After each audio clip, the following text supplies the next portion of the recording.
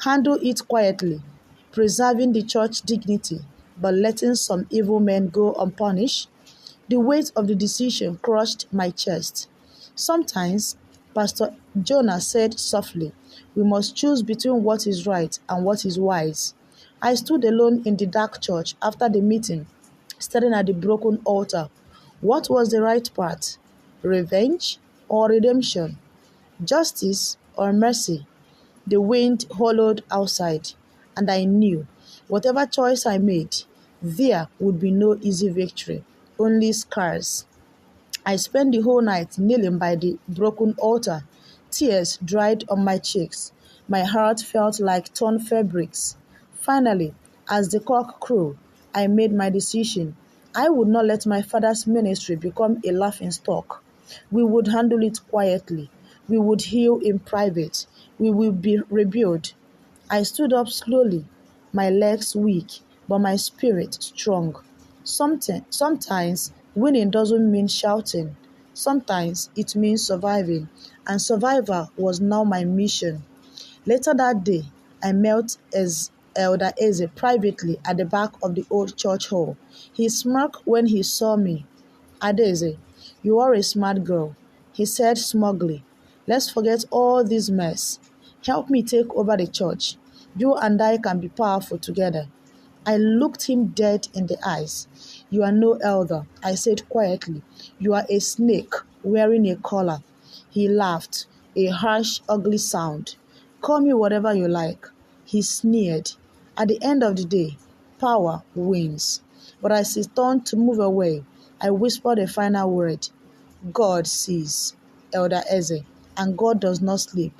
He froze for a moment, then walked away without looking back. News spread like wildfire.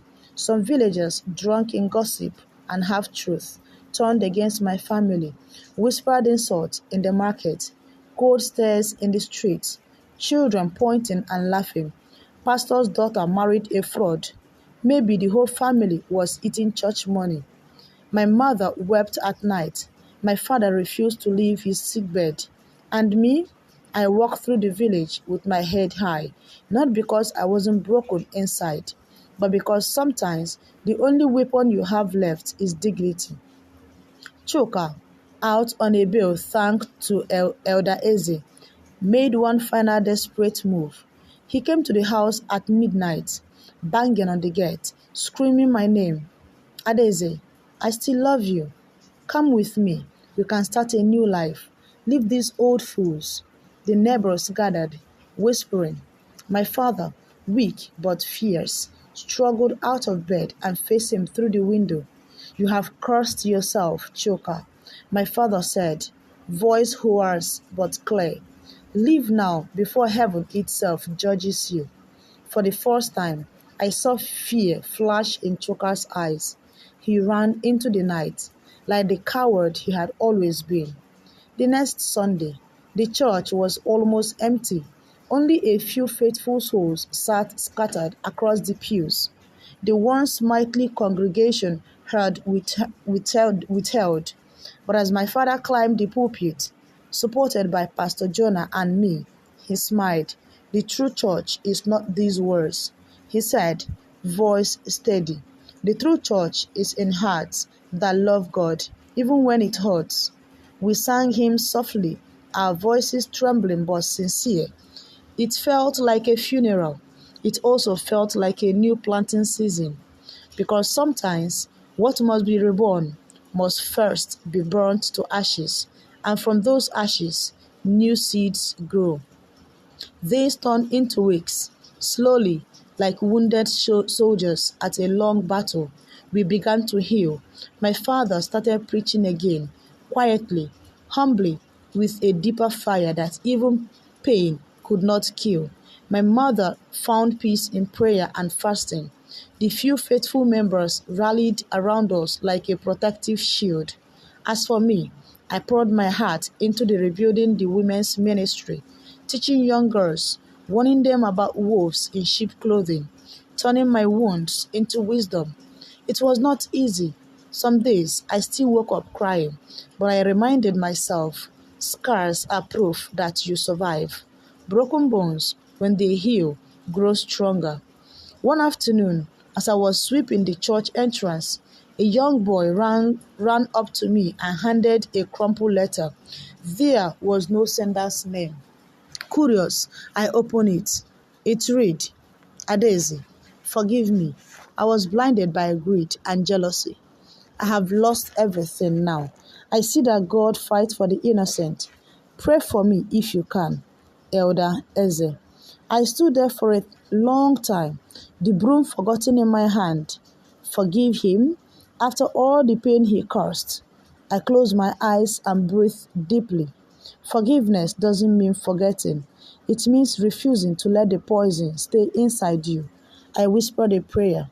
God, heal him and heal me too. A month later, justice arrived, not by human hands, but by divine design.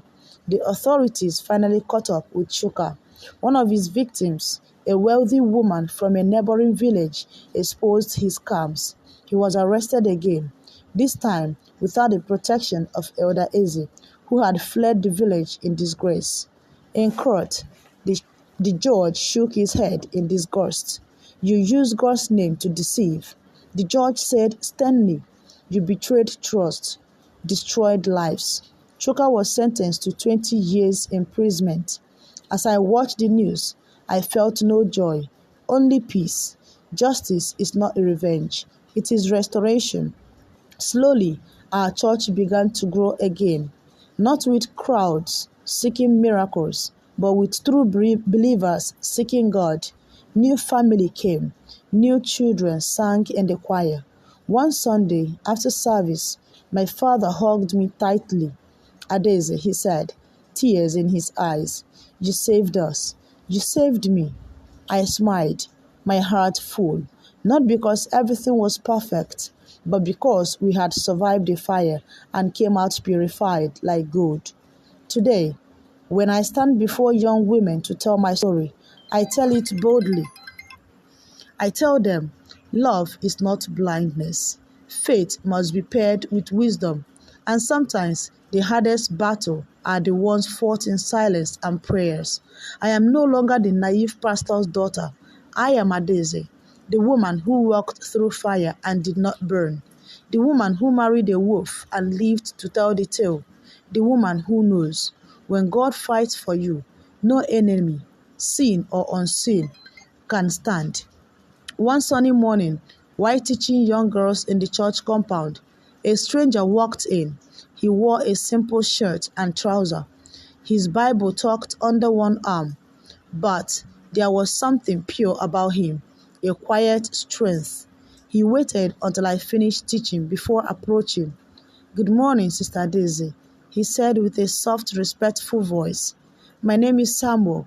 I've just moved to the village. I heard your story, and it touched me deeply. I smiled, cautious but polite. I wasn't the same girl who fell for sweet words, but I could not deny the small warmth but stirred inside my heart. Not love, hope. Weeks turned into months. Samuel became a regular face at the church. He never rushed me, never pushed me, never charmed me with forced fire. He simply walked beside me as a friend, a fellow servant of God. He helped rebuild the broken benches. He cleaned the compound with the young boys. He carried heavy bags for the old women without being asked. And slowly, brick by brick, he built something in my heart that I thought was dead. Trust, not through grand speeches, but through quiet, consistent kindness. One evening, after a long day of cleaning the church compound for Harvest Sunday, Samuel handed me a small wooden box. Inside was no ring, just a folded piece of paper. I opened it and gasped. Written in neat handwriting, I do not promise you a perfect life. I promise to work with you, to build what was broken, to love with honesty, not deception. If you will have me, I would be honored. I looked up, my eyes brimming with tears. This was not the fairy tale proposal of dreams. It was better. It was real. We took it slowly, very slow. There were no loud engagements, No fancy parties, no Instagram celebrations, just two broken people walking carefully, guided by faith, strengthened by the lessons of pain. My father, once broken by shame, now stood proudly again, and he blessed the union with joyful prayers. This time, he said, smiling at me through tears, God is writing the story himself. And this time, I believed it, fully completed. As I stood by the river bank one morning, watching the sun rise over the quiet village, I smiled. I had scars. I had memories that sometimes still sung, but I also had wisdom, strength, and hope. Life had not gone the way I dreamt. If I had gone the way I needed to become the woman God wanted me to be. And so my story is no longer one of the shame. It is a story of survival, of grace, of restoration. Because at the end of every storm, if you endure long enough, the sun always rises again. And I, Adeze, daughter of Pastor Emmanuel, child of God, was standing proudly in that sunrise,